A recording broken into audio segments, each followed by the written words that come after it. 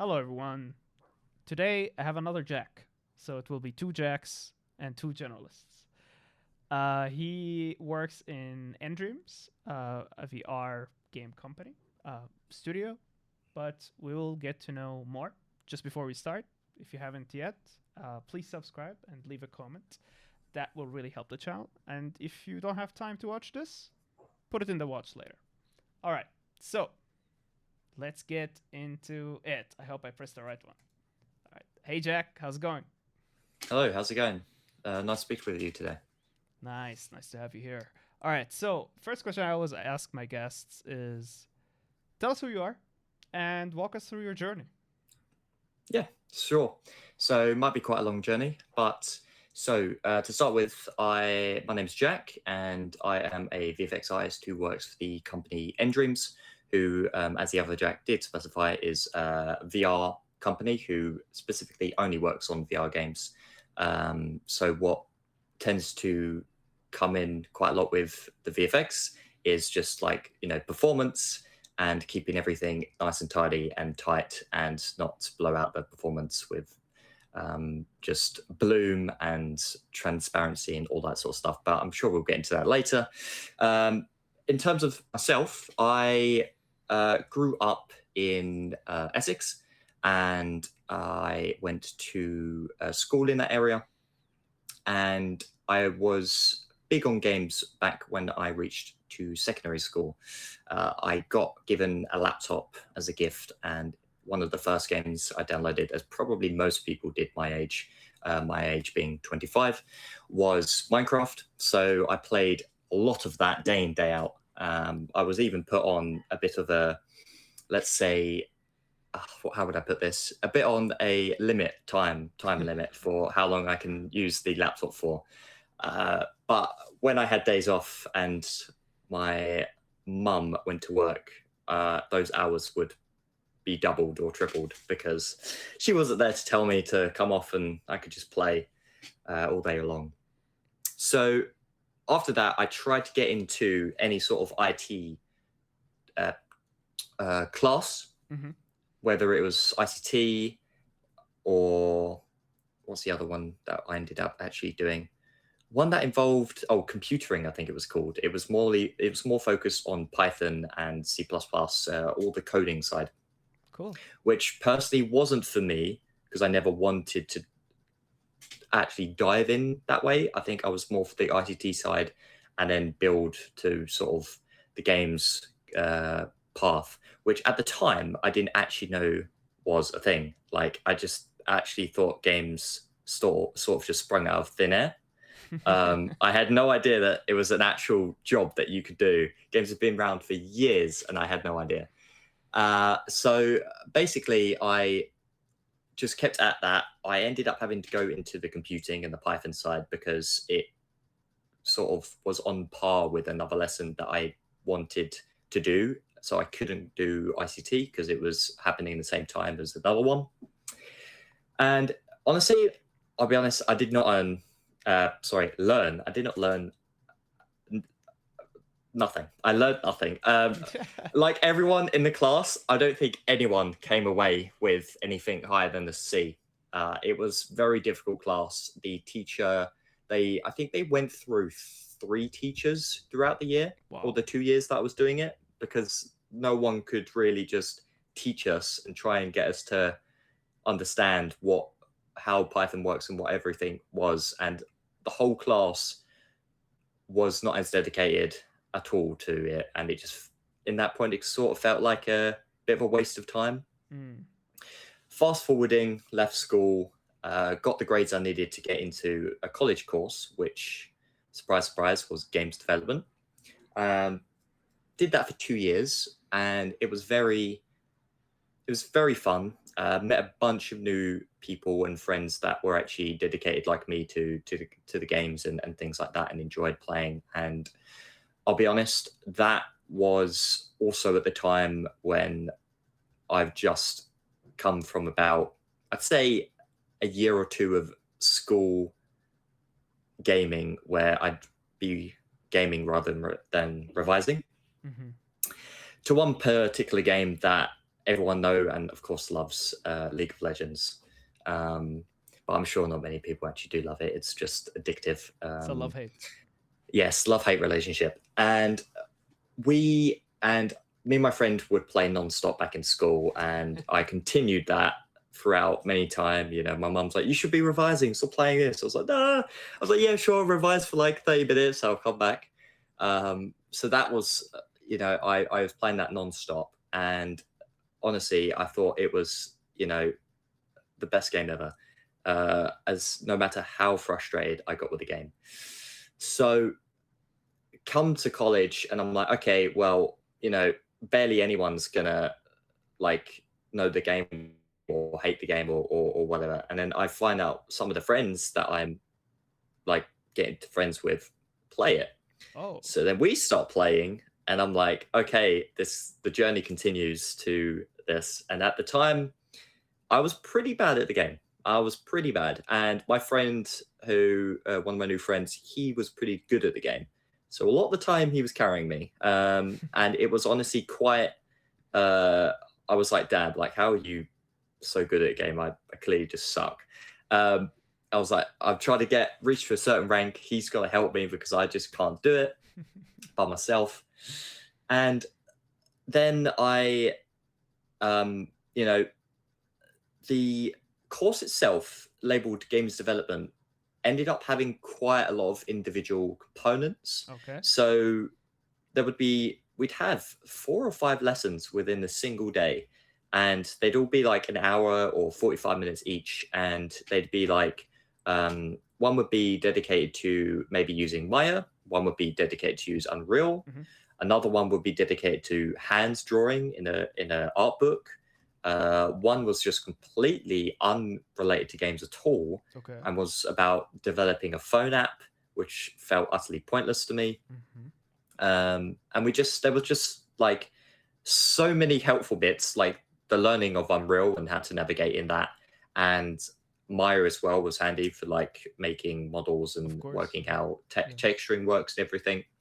But then the drawing, because I wasn't a big art guy, I could never really draw that well. That part to me was a bit like, oh, I'm just doing this and trying my best to get the best grades possible. So we started to, you know, the years went on and stuff, and I really did try and put a lot of effort in, because I was like, well, I want to get a good grade regardless, because this is the journey to games industry. I wasn't sure exactly what role I'd be doing at the time. My thought process was to become prop artist / environment artist, because that's what I sort of learned to do within Maya and Unreal, get a bit of modeling going, things like that. Moving on to the end of my course, I wasn't really sure what to do. I got my grades, got some pretty good grades, and I was like, I'm not quite sure what to do. Where do I go from here? The same games development course offered sort of an extension university at the same location, but it was diving into a bit more on the code side again, which I didn't want to do. And I thought, oh, this isn't great. It's also the same location. I feel like expanded my options a bit. Then 2 of my friends who were also very interested in proceeding and going into games and stuff like that, they said, hey, we're going to an open day for a university in London. This university was called, at the time, Pearson College London, which is also known as Escape Studios.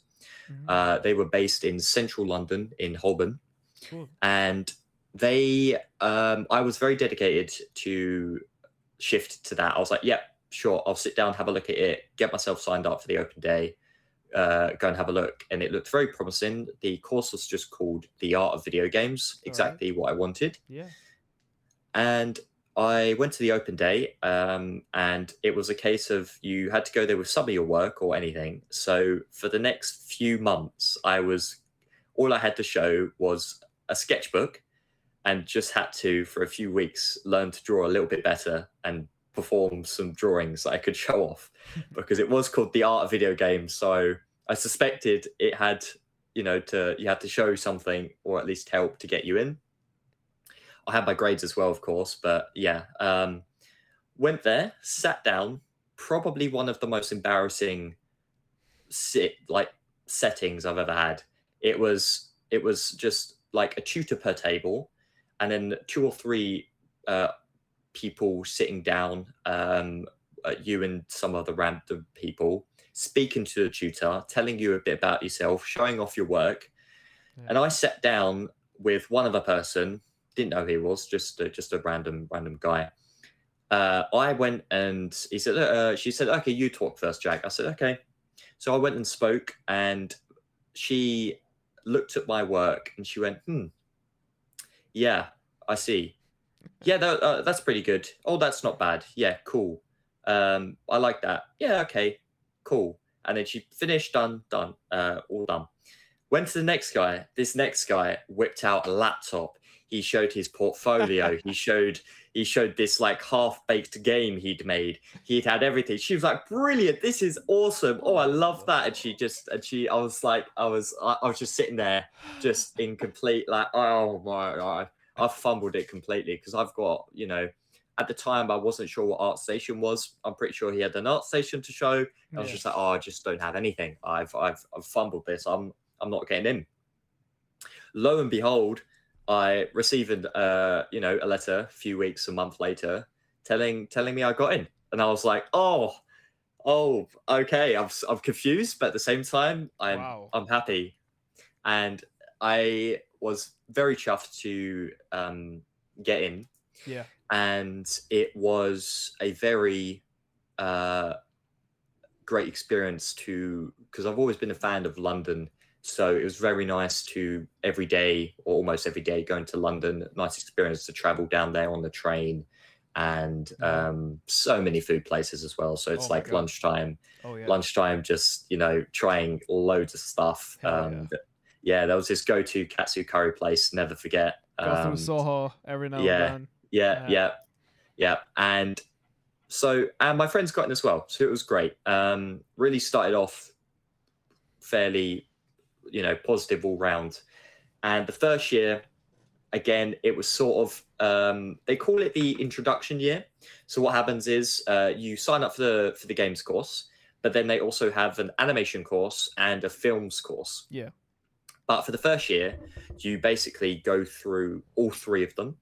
So you can tackle every single one and try different modules. So for example, for the film one, there was a module for like literally they give you a camera and you go out and take photos. Hell yeah. There was obviously the games one would be like modeling a potion pot or something. Okay. Then you got the animation where we'd actually be doing some animating in Maya, finding rigging a character, stuff like that. Now the reason they did this is because it was very nice of them. It's the first year is to show you what the university is all about, and at the end of the year you do have the option to switch. Okay. If you really wanted to. Of course, in my case, I stayed with games. I was dedicated to games. I still played so much League during my uni days and just continued with that. Although some of the modules I did enjoy that weren't games, it was just like, yeah, I'm sticking with this. So second year, unfortunately, that is when COVID hit. So we just had to start working from home. It sucked really badly, just having to not, wasn't able to go to London, have all the nice food. And you have to cook for yourself. Yes, yeah, exactly. And just, it was just not great. And then they started to gradually let people come in again. I was like, I'm taking an opportunity. Let me in. There was barely anyone in the class, but I was like, I just want to be in the environment. And that year we started to do like games modeling and modules and learn substance designer, how to make materials in there. And it got to around half the year, and then in almost the second half of the year, in the last 2 modules, it was like it was split up into I think 5, maybe 6 modules throughout the year. So we reached the end to maybe like the last 2 projects, which all are around like 4 to 6 weeks long. And they said, we can start to come back in now. So we started to come back in. And for the second to last module, they said, right, we want you to do, it's a 4-week project. We want you to do anything you want. it can be any specialism you want. And it could be environment, it could be lighting, it can be material, it could be VFX, it could be, anything from the games industry, any role. So Cool. by that point, I was like, everyone around me is much better at modeling than I am. Like, I feel like Oh the my average. God. I feel like Yeah. the average Joe. I Yeah. don't feel great at all. I was not positive with what I was doing. Every time I made something, someone did it better. If we were all following the same module, it was like, oh, this is my one. They just show theirs. It's like You're like, incredible. So I was like, I need to switch up. I need to change. So this was when I first introduced myself to VFX, which again, at this point, I already knew games jobs were available, but I did not know VFX was his own role in the industry. Yep. And at this point, I sort of found it out because I was like, wait, that's actually a specialism. And all of that money I spent, all of that RP I put into the League of Legends game to play these skins and have these different effects and everything like that. It's paying Yeah, out. it's like, wow, wait, people actually make these for a job? That's awesome. So I was like, I want to do that. Awesome. So that's sort of where that came from. And then I was like, right, okay, how do I do this? How do I learn VFX?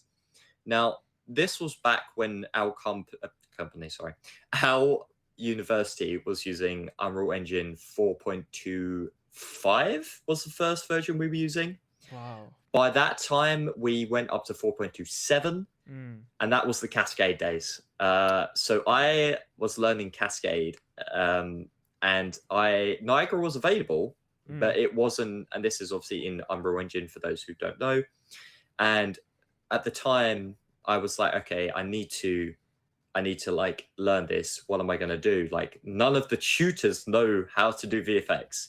They are environment people. What am I going to do? So I was like, right, I need to look on YouTube. I need to look on forums. I need to look everywhere. This was when there was, just because VFX industry, I'd say, or like the community rather is a better word, didn't really pick up yet. We didn't have all these servers we have now. We didn't have the community. It was a bit like I think there was still the real-time VFX, but it hadn't really picked up around that time yet. Absolutely.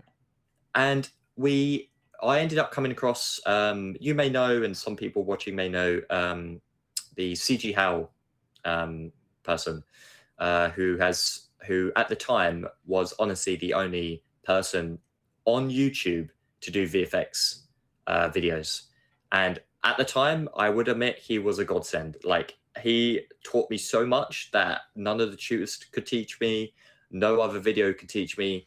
He went from ground up to making some of the effects that I just needed to pick me up and to show me around Cascade and some of the Niagara as well.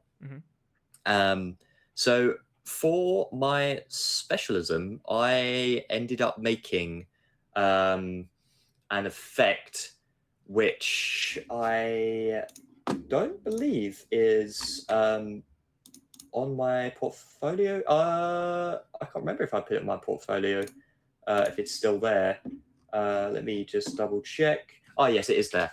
But it's a sort of, because at the time, League of Legends fan, I tried to make a League of Legends VFX. Of course. Me and 4 other people chose the VFX specialism.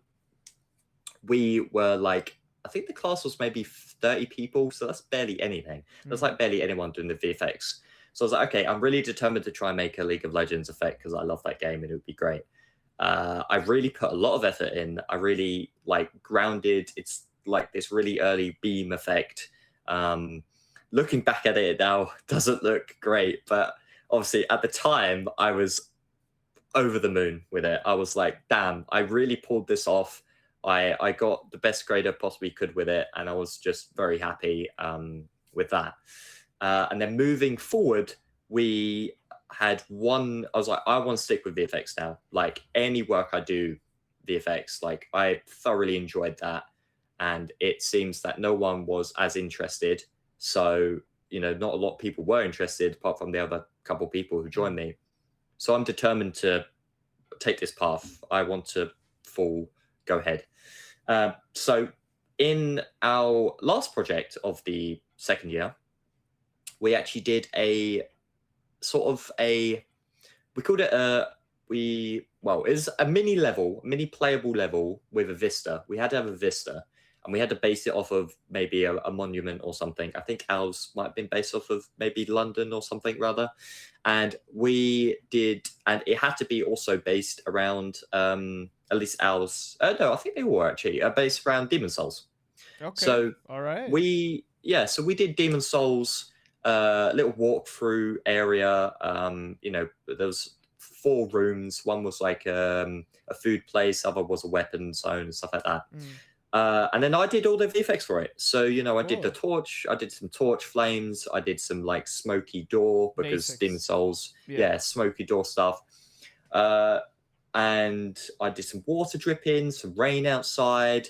This was also when I first touched on Niagara a bit more as well. I did the rain in Niagara because it just seemed a lot easier to do. Yeah. So I started diving a bit more into Niagara by that point. And I was quite happy with it, although near the end of the project, I did end up running out of VFX to do, and they didn't have any more for me. I managed to do, our material artist gave us a nice lava texture. So I managed to take that, make it pan, give it some well-positioned offset, add some like bubbles to it, which for some reason now I can make in like 5 minutes. But back then I struggled because I really wanted the bubbles to dissolve and pop and release more like spits. Yeah. And for some reason back then I was so lost with trying to connect all of that together. And it was just so confusing to me. But I managed to get something in the end. Even now I've got the old project somewhere on my computer and I open it. I'm like, what are you doing here? Why does it even pop properly? Like I see some bubbles and they like dissolve to the left, but then the burst of the particles happens on the right. And I'm like, I guess I just didn't really know what was going on there, but they worked. And by that point, I was fully out of tasks, and they was like, right, we're gonna have to give you some props. Oh, so okay. I made like a spear, I made a sword, very basic and texture basic and things like that. And I was just like, oh, like this brings back some tough things and memories. But I'm like, you know what? It's not my main focus. Like I can still get a good grade, even just off the effects I made. Yeah. So I was, as I said, continuing with the VFX, take it to year 3.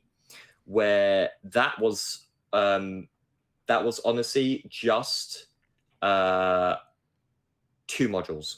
So it's another VFX one, and then it was a big group one at the end. Now I must backtrack a minute because I actually got the specialism VFX wrong. The League of Legends one was actually done in the 3rd year as my specialism. The first one was absolutely insane. I don't know why I tried to do it, but it successfully worked. And it's not my profile anymore, but basically I wanted a sort of claw mark to sort of scratch the surface, have particles follow it, and then it would just dissolve away from one side to the other.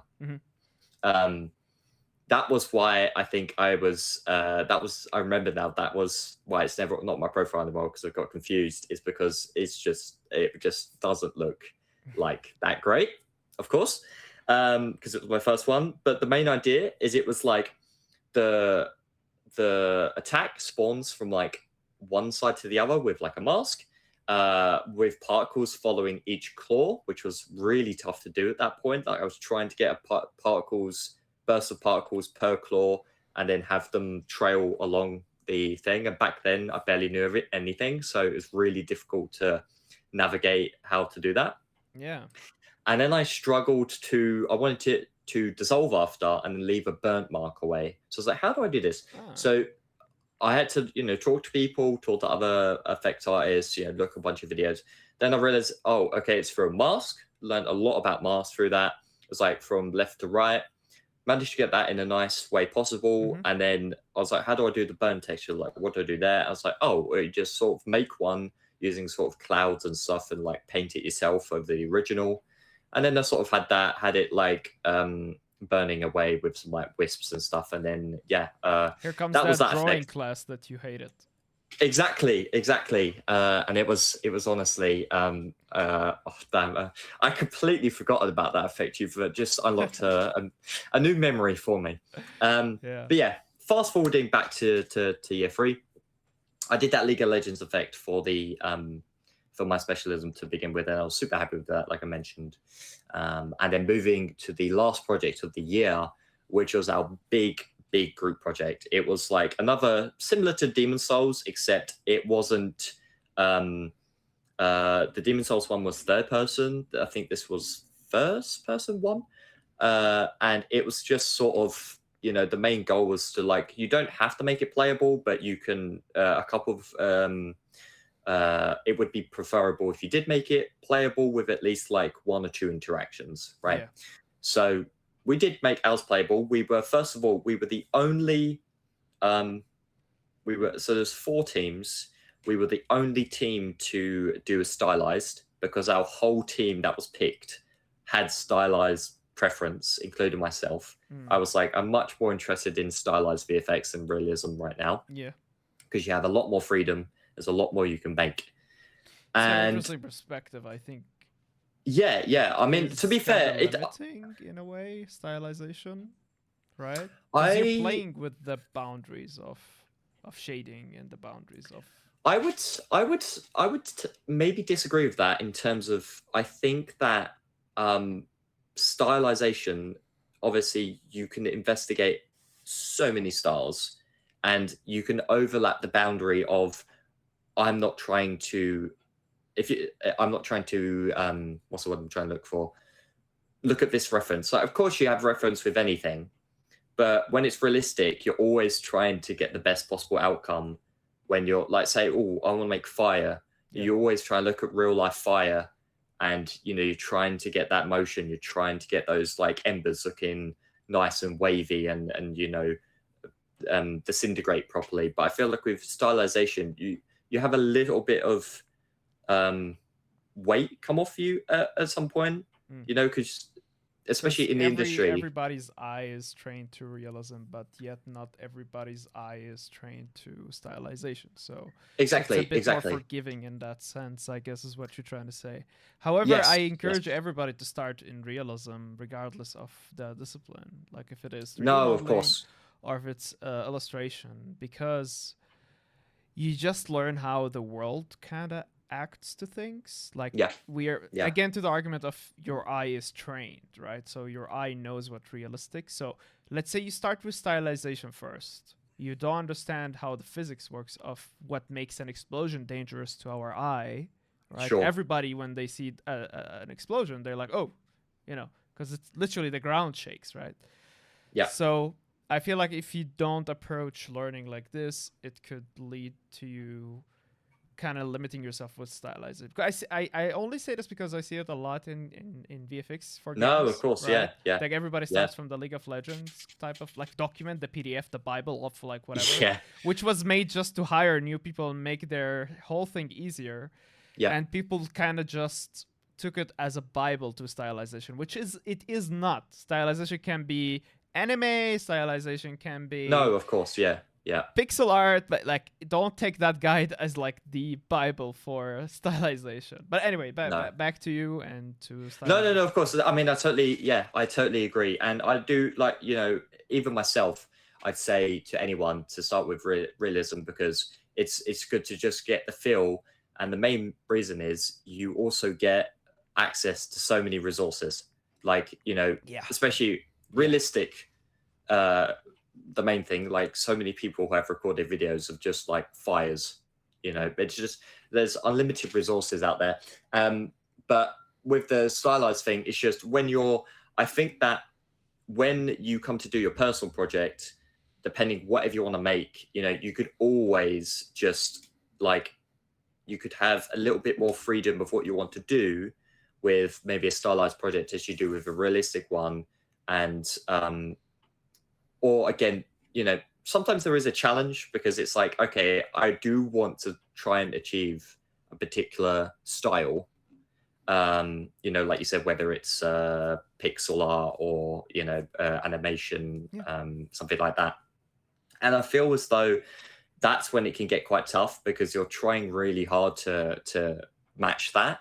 And I feel like with realistic, it's like it's not always one style, but in a way it can sort of be the same style, because you're like the same motion that everyone's trying to reach that perfect flame. Listen, that perfect I think like realism can get really interesting for people who purely make stylization, is when you take the realism and you put it in a realm where it's expected to be realistic. I think the best people that do that are people who work on films. So for example, like imagine a magic if it existed in reality. Yeah. Right? Like some Cthulhu stuff that you only see in animation movies, but now it has to look authentic to a battlefield kind of like style. I think not a lot of artists are kind of like getting their hands dirty with that type of style. I think it's super rare. So I kind of encourage like people. Listen, my background is illustration, right? So I come from this background where I was doing a lot of manga and anime stuff, and like my mentor literally was like, "You're doing it all wrong. You should replicate the thing that led to the phenomena, not the phenomena itself. Like, go and learn the way those manga artists learn, which is always like they've learned from realism, right? They've actually drawn a human being. Then they studied the shapes, right, and stylized those shapes, or stylized the shadings of those shapes, and that's how you come up with manga or anime or cartoon or anything. So when you learn that method, it's actually liberating for you as an artist. Like I see a lot of people in the communities, like on Discord, that kind of start they start formulating this community that is talking about VFX as if it was a marketing thing, right? Like we look at games, for example, gamers look at games like, it's anime, I don't want to play it, right? Or it's realistic, I don't want to play it. Like our job should be, we should learn flexibility first. And so in the education, in VFX, it should really be that we are learning the most flexible way. So when an art director comes to you and tells you, that is great, okay, now I don't want any fades, I don't want any gradients, and make it pixel art. You don't go like, what are you asking me? This is not VFX. I did not see this in the PDF, in the League of Legends PDF. Right? Exactly. And then you create that echo chamber in a community where everybody's telling you like, you're right, this is not in the Bible PDF, so it's not VFX that they're asking you to do. It's actually someone else's job that should do that. It's like, no, it's not. Learn the craft, like, you know what I mean? No, totally. I mean, like I said, just to back up the point again, like I would totally, anyone getting into VFX, I'd go straight away, start with realistic, because you get all the, it's like it's almost like a rule book, you get everything you need, and it's just, you build the ground up and then you can put it back to stylized. And I feel as though, like, because I had that opportunity to tackle realistic stuff back in uni, and when I continue on with my journey in a minute, I'll explain some of the opportunities I had. That is, that's where my opportunity came. And then when I had the option to just go and do my own things, I felt, I think stylized might be the way to go. I will say though, on my stylized journey, it's just something I don't have time for, and I really wish I did. And it's just a lot of, and I'm really thankful to how the VFX community is about these things. So I'm not, like I mentioned earlier, I'm not the best drawer. So when it came to try and find textures, and when it came to try and making them, it was really difficult for me to ever hand draw anything, because I was like, I can't get, I want to be stylized, I want to, or it's my preference, but I can never quite get the exact textures I want because of my lack of drawing skills, and I'd always find some useful, and when real-time VFX started picking up and some servers started opening on Discord, there was the share button of like resources, and it was perfect. It was like so many packs out there that end up being free. And I'm going to maybe pronounce his name wrong here, but one of the biggest people in the VFX community is Simon Trumpeter. You mean Simon Schreibt, the blog? Yes, yeah, he works. Yeah, I have had him on the podcast. Yeah. He's a great guy. And he's, and I always looked up to him when I was, getting into my career. And I've seen his GDC talks many times. I've seen so much resources from him on his website. He does that weekly thing as well, and he does so much. And he even shares other people's like information and work and findings. And I think it's great to have someone like that in our community. And he also has like even reached out to other VFX artists who've made packs and be like, look, can I put these on my website for others to download? And there's loads on there. So that was very helpful. And I've got a whole texture library now that I constantly use. And I'm sure everyone loves the like Voronoi noise and the classic and everything. Yeah. But obviously, as you can see, some of the work that's been playing, the Nokia effect sort of has these bit of electrified stuff going on. They were actually hand-drawn textures by me in Photoshop. Look at that. Which was like took me ages to try and make it. Yeah, like there's one there on the ground there. Hell yeah. Took me a while to try and like get something that looked quite nice. But I was like, okay, if I just make if I get 4 random shapes in like a 2x2 sprite and then have them at least like very quick, like electricity should be, and then have them dissolve out or shrink out really fast, something, it would work. So yeah, they did the job. It wasn't the most efficient way, or it also took me a long time, but I very much was like quite happy with them in the end, and I still use them from time to time. But yeah, back on how things went with me. I had the group project. It was Stylized. It was a massive, like, we called it Flumps Pharmacy. And the pharmacy was spelt with an F because just on the play on words. Yeah. And it was just a guy who made all of these funky mushrooms.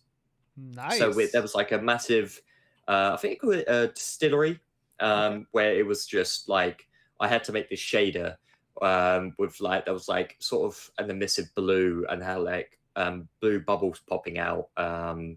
And then I had to at one point make a shader that was had bubbles and stuff running through it, which was quite cool.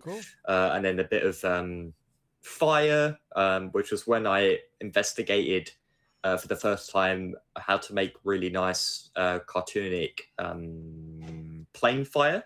So it's on, just a flat plane, sort of how they do the fire wall in Valorant. From the Phoenix character. And I thought that was, and I nailed the style quite well because I used Phoenix's fire from Valorant as a sort of style guide. And and it was helpful because the plane was fine to be there because it was covered by like the wall. So, you could never tell it was exactly a plane. Yeah. And I had like some other embers come out to support it. But yeah, I made a bunch of different effects for that, and it was super nice. And I think I made 1 prop. I went back down from like 5 from the Demon Souls project, and I think I made a single prop. Yeah. And it was some scales. So I made some scales, and yeah, the rest was just all VFX work, and I was very happy with that project. And at the end of the year, we had our like sort of achievement party thing, and we had like industry people come to that, all from different games companies and everything, and our project won best games project. Awesome. And we got given like a trophy which one of my teammates took for themselves and keep it at their house. Why? But yeah, they just claimed they was just like, I'm taking this, and just took it. So that's just how it is. I got a picture with it, but that was about it. I myself did actually win an award, which I had no idea I was up for, Yeah. and it was most improved player. So it was just someone who had the most improvement over the course of the 3 years at Awesome. uni, and apparently a load of people in my class voted for me, and I was like, wow, it's such a good achievement to win, basically, because to see that you've actually made a difference, you've actually made progress.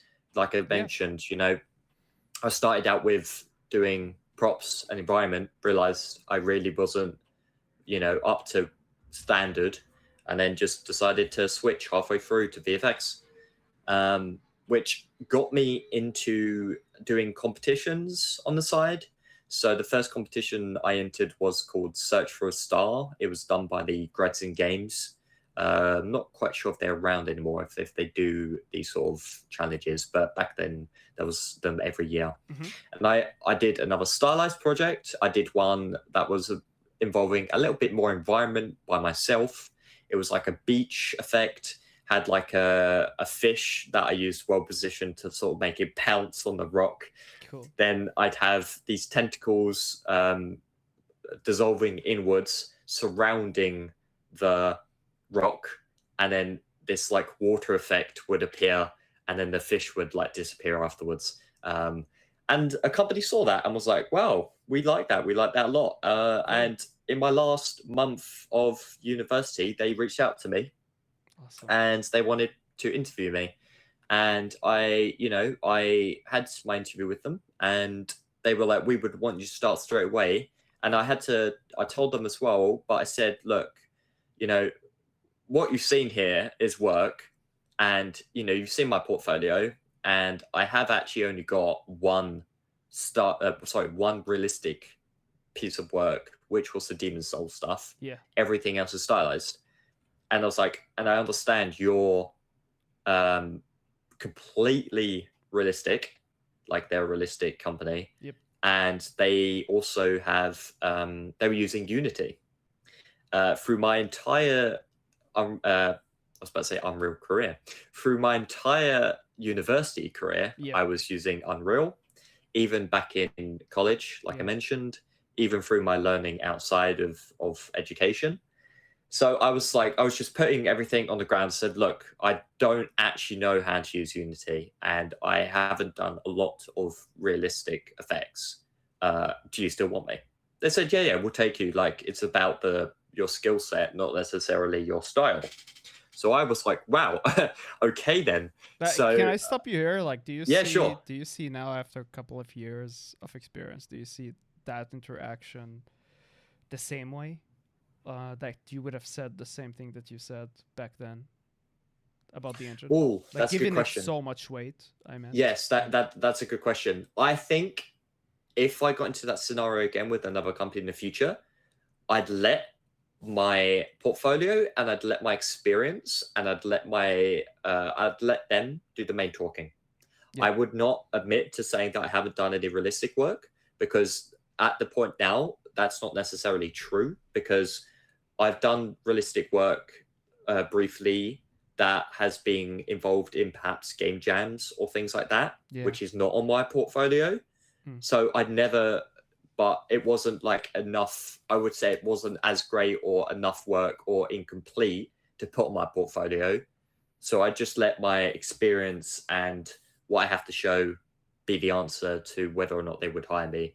Yeah, I love that. But back then it was just like, 100% honesty, because I am also switching engine, which I had much more issues with than being able to not do realistic as much as stylized. I still think like honesty is super important, but what I don't want to share on this podcast is like the fact that engines have so much weight, and I know you understand it, because like if you're a game developer, you understand that a game engine is just a tool, and it's important for you as a VFX artist, even if you've only worked in Unity, to understand that the difference between Unity and Unreal Engine is like, consider yourself an artist that used to do animations on papers, right? Paper by paper, and now you have to do it on glass. It's the same Yeah. thing. Yeah. It's Yeah. literally the same thing. If you have the skills, like Jack already said, be honest about not having experience at a certain engine, but say always ended up with, but I'm willing to learn, right? Go Yeah. ahead, If continue. that's one thing, yeah, no. So if that's one thing I've learned, it's that I I thrive off of feedback.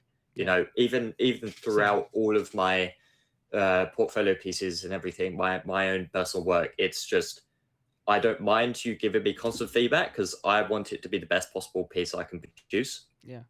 And I think that sometimes it just is hard to, at least back then, I remember it was hard to find feedback or for people to find time. But now is the best time ever because we've got all these servers, we've got a community, we've Yeah. got like so many people out there to talk to and reach out. And I remember it used to be quite difficult in my last year of uni to get feedback from someone who wasn't in my class, who had a bit more knowledge. And they actually hired a tutor who knew about VFX and could actually give some knowledge. And we also had, and you might know him. He's called Tom. I think I can't remember his YouTube name. I think it begins the TRL. Might have heard about him, but yeah, he's very big. Yeah, he's very big in the community, and I see him helping people all the time in the real-time VFX server. Didn't he make like those really nice YouTube videos about VFX? Yeah, he does YouTube videos. Yes, like, yes, he does YouTube as well. That get a lot of views and stuff. Yeah, I should have him on actually. Yeah, he's got a lot of very detailed videos, and he was actually hired to come in to have a look at our last VFX projects to awesome. give us some feedback and help us out, which was really nice. And but yeah, and so the company I first joined was Interior Night. It was quite a small company, but they were making a game which was story-based driven, and everything was 2D hand painted. Yeah. Apart from the models and the VFX, which are all 3D. So the characters and were all 2D painted, and everything else was just 3D. And it was just like, so you can imagine how many frames the concept artist had to just draw every time the person like just decided to turn their heads. And it was just like insane. And I was just like, damn, this is crazy. And I got to touch on Embergen for the first time. Hell yeah. Back then. Because they had the license and said, yeah, go and play around with this. I thought, this is brilliant. This is fantastic. Yeah, I was like, I love this program. I've learned so much with it. And that was back when only Embergen was available as well. So like to see where it's at now with like Illugen is insane. Really and I haven't been able to touch it really since, but that's just back then. Oh, it was such a nice time to have and just investigate that. Cool. Now, one thing that I will admit, you know, and I think it's completely okay to say, is I didn't actually make it to the game credits on the game that they released. Was there a reason?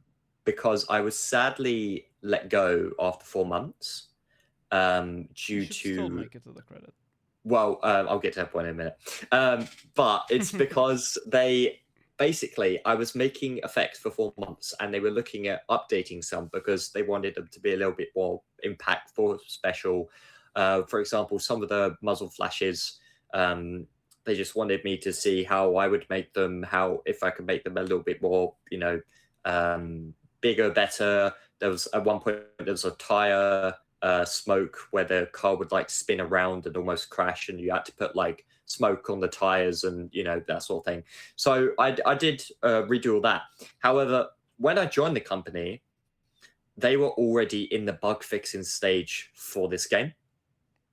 So they hired me to learn the ins and outs of how the project worked, what the game was about, how to make this VFX, to then make VFX for the next chapter, which obviously, considering I got let go, meant that the chapter unfortunately didn't get the funding, which meant that I actually didn't get any of my work in the game.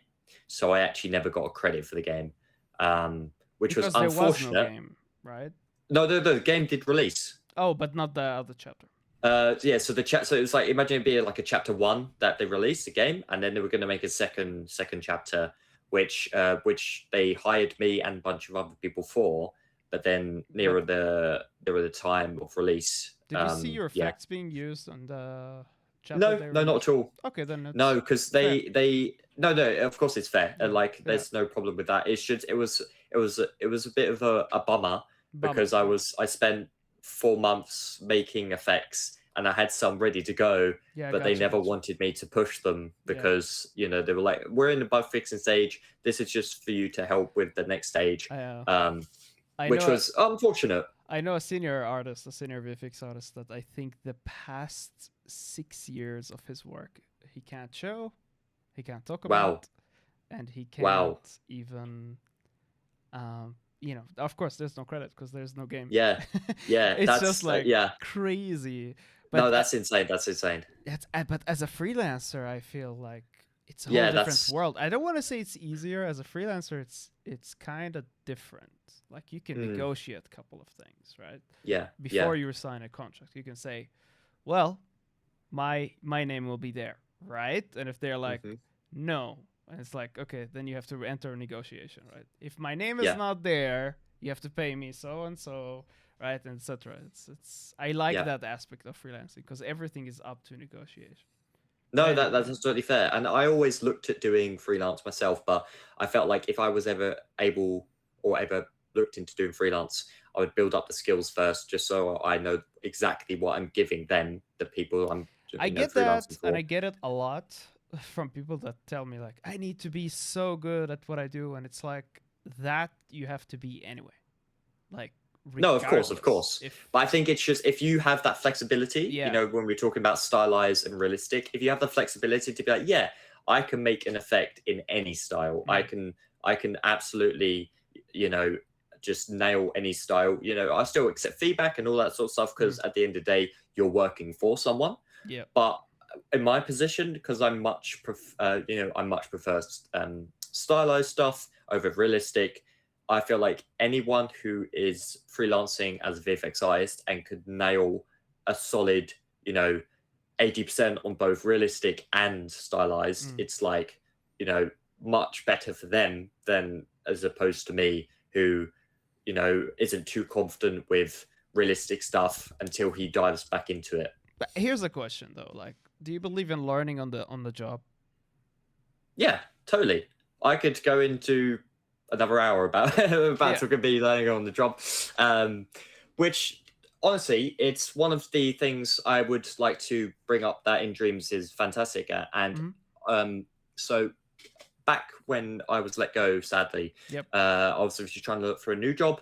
Now, nDreams, they hired me. So I got let go in September, and they hired me in December of 2022. And they hired me to start in January because I said, look, it just makes sense to start New Year, So yeah, that's fine, no problem. So I was, and I had to move for this job as well. Now, here is something that many places don't offer. And I'll be honest, this was a very rare occasion. So for anyone listening, this doesn't happen often. But they said to me, there are 2 candidates. We had 60 applicants. One of them is you remaining, and one of them is someone else. Now, we will admit to you, the other guy has better work. And they said that to me. They said, the other guy has better work. But the determination and the positivity that comes from you, we would much prefer to hire you, and you can also learn as we go on. However, the only thing that we require you to do is move. And we said, if you agree to move, we'll hire you. So the reason it was such a big decision for me is because I mentioned earlier I live in Essex, in the UK, and now I've moved an hour and a half away drive from my family, from my friends. So it was a big commitment, but I said to myself, well, this is for like potentially the rest of my life, not the job specifically, but for the industry and stuff, like working as VFXized, I was like, this is what I want to do for the rest of my life.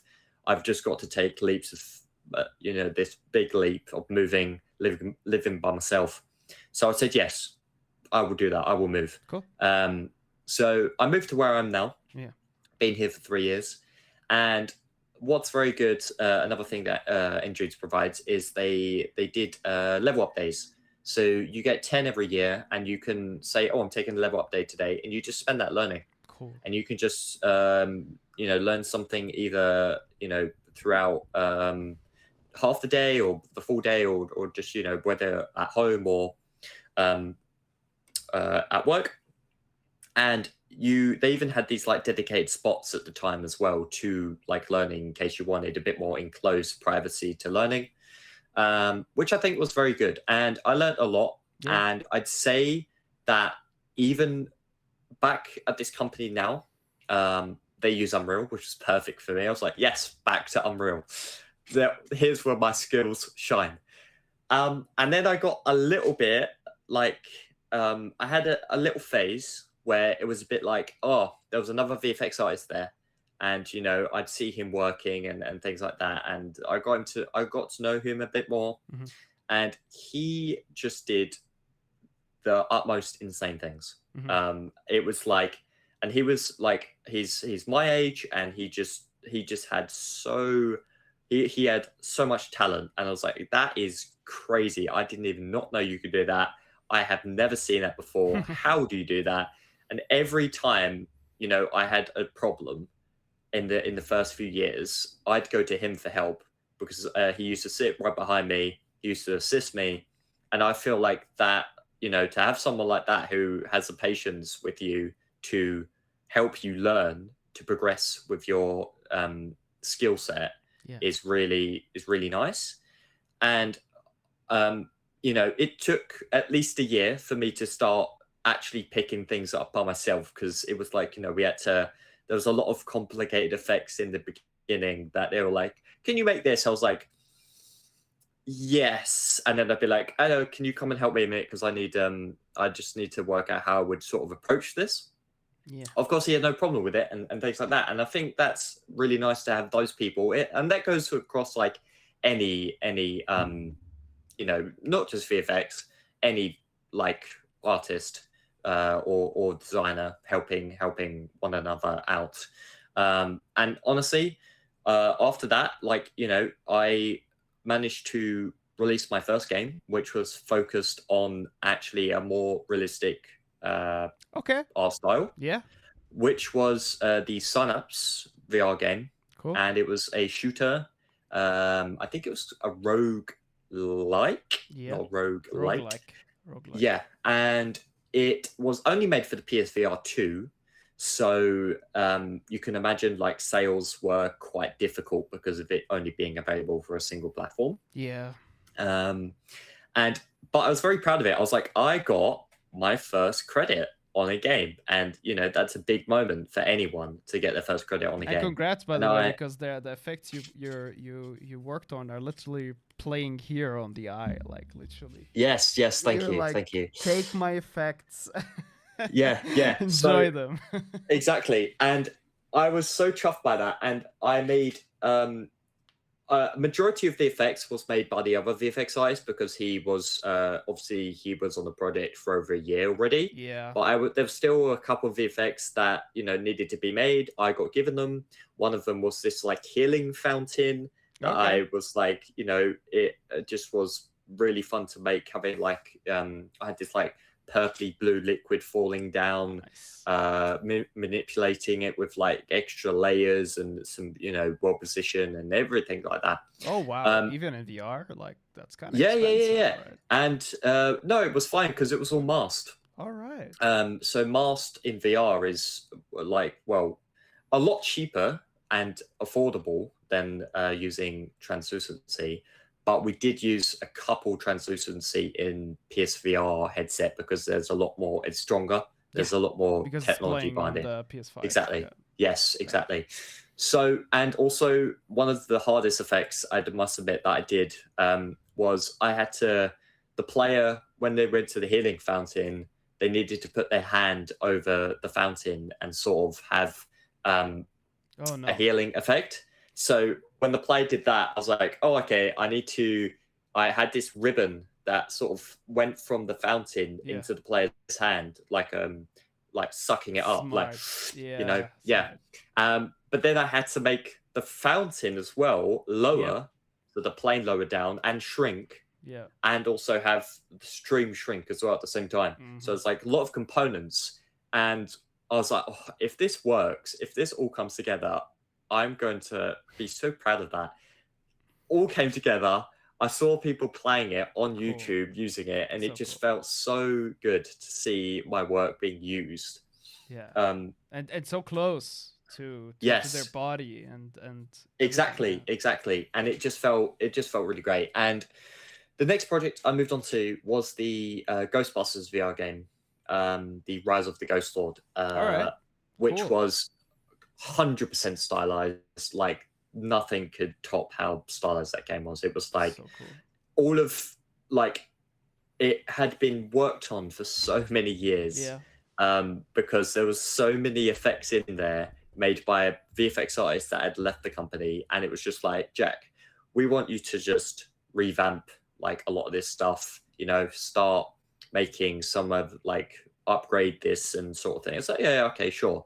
Some of the effects in there were just like plain colors, and I was like, damn, you couldn't even add like a, you know, a bit of a mask with like some what do they call it when it's sort of stacked in colors, stacked in colors. Yeah, I'm trying to a toon shader, that's it. Yeah. Yes, sorry. Yeah, that's the word. Toon shader. So try and tune things up a bit. The simplest stuff. Yeah. They was like, okay, and then they just said, right, Jack, we want you to do the proton beam. And I was like, whoa, well, wait, you want me to do the proton beam? But it was like, yeah. So I was like, I was very, very happy when I got told that, because I'm not the biggest Ghostbuster fan, but I was thinking, wow, the proton beam one, whatever you want to call it, it's quite a big effect. It's also the most used effect in the game, because you've got to capture the ghost with it. Yep. So they want me to redo it and make it more crazy and just more looking good, and looks like the one in the... Go on. It's like a beam that twists, right? Yeah, like this and up and down. Because I tried to make one for the game that I was working on. I made something simpler, but I'm guessing you take... Okay, the simplest form I'm thinking about right now. This is me just like kind of brainstorming, right? Plane, texture, some kind of distortion, and then you would make the plane have resolution in the geometry, and you would world position left and right. Correct? Wrong? It's actually using a tube ribbon. Oh, ooh, okay, all right. So obviously... Yeah, so like the ribbon renderer, obviously very handy in Niagara, and you can set it to be a tube.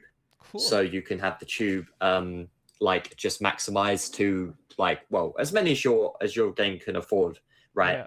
I think mine was maybe like 8 to 10 like verts or something. All right. But then the idea was to try and get like a nice inside to it as well, to like have that toon look to it. Yeah. So it had like the simple like yellow glow, but then the big bloom orange on the outside. Yeah. Which because this game was also for Meta Quest and not only PSVR, we couldn't use bloom. So we had to try and like just fake look it. Yeah. And then to also amplify the looks of it, we the Proton wand also has the thin electrical bolts running across it. Streams. Yep. Exactly. So again, 2 ribbons, but they just had barely any geometry. So when they had they had like jitter on it, they would look really spiky and just like full on do the same thing. And then and the motion was so difficult. I could not tell you how many like trial and error like we had to do in order to get the beam motion looking like really wavy. Yeah, because it has to have a drag, right? When you're... Or are you talking about the motion when it's constantly firing? No. When you're like when you've held it, like it's You held infinite, it and you're and just dragging it around. Yeah, there's this yeah, drag with it. yeah. Yeah. Like we at one point we actually brought, or actually no, I think the office had it, but we actually started to play with a rope to see how that moved. If you like if you shake a Realism rope, again, right? yeah, exactly, yeah. So how do we get this in the game? How do we grab that motion? I love this. Yeah. And honestly, in the end, we were happy with something. I was like, oh, thank goodness, because like I absolutely, had an absolute like fun time with it, but Yeah. also a nightmare, But I was like, I'm glad. I said, if my final Proton 1 beam goes in the game, I'll be over the moon, right? And then they came to me and said, Jack, we want you to do another Proton wand, but for the PSVR. And you So were I was like, yes. yeah, I was like, yes, because I already had the base, right? Exactly. I had the original, Yep. and all I had to do was just open up my transparent brain, and add all the bloom, all of the fancy textures, everything to it, and I was like, this looks awesome. If I were you, dude, I'd be like, this is gonna take 2 months. I'm sorry. Yeah, exactly. And it was just like because they wanted the PSVR version to be, have bloom enabled and a lot more like fancy effects and things like that. So after the Proton one had been successful and it looked awesome, props to me, as you do. Then they just wanted to have a bunch of other VFX just become like upgraded, like go from meta stylized to a bit more like I'm going to say bloomified. Well, let's use that word, bloomified. And yeah, I think it was I made so many effects in that game, and I really did enjoy being able to be a part of, well, I say be a part, but make the Proton wand or beam. And have that in game. And I, being again a VR game, honestly, it didn't do that well, right? To the public and everything, it was difficult. There was still a few bugs here and there that unfortunately would just got tangled up in release, as some games do. And but I genuinely was happy with the work I did, and it was really felt good to sort of shine a bit, because I just come from sort of a realistic project, then went to a stylized one. And so, yeah, and then I started taking part in the art station contests that they sometimes do. And as you can see now, that is where the classic Nokia effect comes from, is one of the ones I did as my submission. Say, I'm sorry to interrupt, but that effect is the closest I've seen, like the closest real-time VFX I've seen to motion graphics. Oh, really? Like the illustration motion graphics that you see, like the 2D illustration motion graphics. Yeah. In After Effects. It looks so much like that. Have you taken any inspiration from that? No. I mean, I tried to do a little bit of After Effects back when I was in my first company, because sometimes it was the way to refine EmberGen sprite sheets. Interesting, yeah. But I never actually picked it up again, because companies need to like buy you licenses and things like that, and you have to request them, so it's a bit of a long process. But no, not really. I've always wanted to dive back into After Effects, but it's just nowadays time and just trying to learn multiple things at once. I was just wondering, because it really looked like I have a project, like a personal project fantasy, that I would make something like the motion graphics, and your effect is really the closest to that I've ever seen. Anyway, I wanted to ask you about like moving, right? So moving to a new place, especially I can connect to you on that level. Like definitely, because I've came from a whole different place. So I wanted to ask now, after maybe year or two after moving, right? Or how many years now? It'll be 3 years next month. Okay. Would you A, recommend it to someone to do it, and B, would you do it again? Those are two very good questions. So number one, I would recommend anyone to do it as long as you feel comfortable. Like if you're in the same situation as me and you would be leaving your friends and family and all of that, I'd at least take a look at where you are and whether or not that is what where you want your career to go. Yeah. And the main thing is, like, it's not just about the career. You have to really think about, like, you're not at work 24/7, right? Yeah. So you've got to understand you will have the weekends to yourself. You will have the evenings to yourself.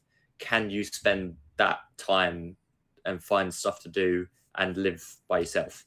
I think that's the leap of faith you have to take, I mean, Eventually, unless you have ways to get involved with other people's, right? Like, doesn't it? of course, like of course. It must not always be like, because it could be that you could like excuse signing up for a cooking course or doing yoga on Sundays and get to know another group, right? Like you could do. Yeah, totally. Yeah. Yeah. No, but I think it's just a case of, like, if this is what you're, just from my perspective, getting into games, because a lot of companies do say, but it will require you to relocate. A lot of companies nowadays tend to be up north for the jobs available in the UK. Yeah. So not many around London nowadays, just because the way the industry is. Yeah. And I think that it's just like, you just got to feel like, right, am I willing? I'd say the biggest thing, right? If you have a car, it makes it a lot easier to do this sort of thing, because it's like, even if I have to move, if the drive's like an hour and a half, 2 hours, like mine is, you've got the opportunity to still see your family and friends on the weekend by just driving down there. If you have no car and you're traveling by train, it's definitely something you have to consider big time, because you have to think about, okay, if you're a big family person, or you miss them a lot or something, you have to think about, would I be willing to take this 4-hour, 5-hour journey home on the weekend? I mean, some people even travel to another country, right? That's not even possible. Exactly. Guess, some some VFX people just even ask for you to relocate to, or I think I had someone message me saying you'd need to relocate to Kazakhstan or something, and I was like, I was like, no, I don't think so. Wow, so far away, crazy. Yeah, I wanted to ask, like, the main thing about my question is because I feel like moving to a new place teaches you so much, like, in terms of, it does let you, it lets you explore the world as well. It's not just about the job and the people you meet. It's also about, like, there are so many places out there for everyone that no one's seen before. And I think this is an opportunity to sort of expand it and see what there is. And, if none of your friends or family have been there, you can invite them and say, this is where I live now. This is this place. You can show them around.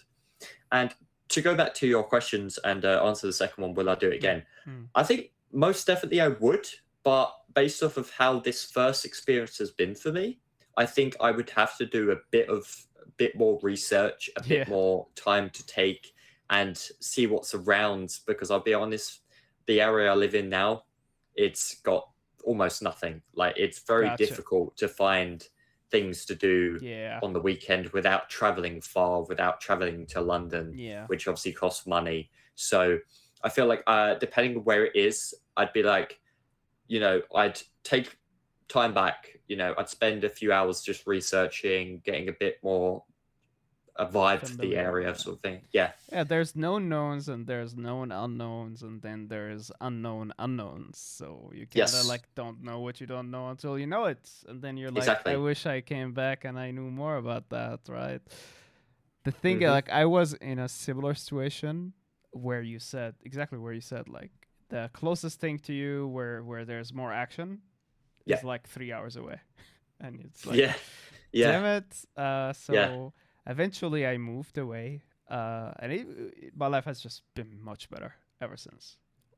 It's like, I've got a couple friends and they work in the games industry, and because they were born and raised in the countryside, they now live there now in the countryside, just in a different area, and they love it there. And I just think that must be sometimes, I mean, if you grew up there, maybe you're just used to it, but I feel like for anyone who's was born in the city and then moves further outwards to the countryside areas, must be difficult to adapt to that new lifestyle, because you used to have a shop literally around the corner, and now you've got to travel an hour to get to the nearest supermarket. Yeah, pretty much. That's the life on the countryside. Yeah. I've been living most of my life in the countryside, although like I was born in a city. And I still live in a countryside. You know, a bit on the countryside, closer to town. I honestly, I love both. Yeah, I same. think it's just I prefer city. Same. Like I think it's just exactly the same, man. it's they're all really silly small reasons why, like very minor. Yeah. But I think it's just like city has just always been. I just love to. I hate crowded places, but at the same time, I love them. It's a love-hate relationship. Yeah, it's a love-hate relationship. Listen, exactly. I know if I live in the city, I'll be a bit depressed because of so many options, right? Like, what do I do today? I have 7 things to do, and then I just decide to stay home. You know what I mean? But when you're on the countryside, you're thinking, okay, I should probably go on the weekend to the city. Then you know exactly, okay, I'm gonna do this and that and this, and it would be awesome if I can sleep a night, and this and that and this, and then you really get the enjoyment of like the city. I feel. But I think that's why I hate my area so much, because it's neither that nor that. Yeah, it's not city based. There's not a shop in sight, but it's also not the countryside with nice hills and mountains. It's nothing. It's got a train station, a McDonald's, of course, and clearly my job. So yeah, it's not great, but you know, and the job is great. Just, yeah, exactly. And I think that, you know, going back to my time at the company, I have, you know, I've learned so much over the years to the point where, you know, I only ask, you know, my other VFX artists for like assistance, you know, once in a blue moon if I've never tackled something before. Or a better way of asking him is like, hey, how would you approach this? You know, because I would like to find out how he might approach it, because I might have an idea in my head, which I do end up telling him. But I'm like, I think there is a more efficient way of doing this. How would you do it? And so that's sort of you know, how things are for me right now. And also, I did just release, well, not just me, of course, the team and me just released another game called Raccoon. And we were targeting the Taya audience, the young audience, and it's on MetaQuest, and it's similar to that very popular game I Am Cat on VR. And I thoroughly enjoyed that because, first of all, it was the first projects that I did where I did all the effects. Wow. Like the other VFX artists were on different projects. This is a project where it's just me.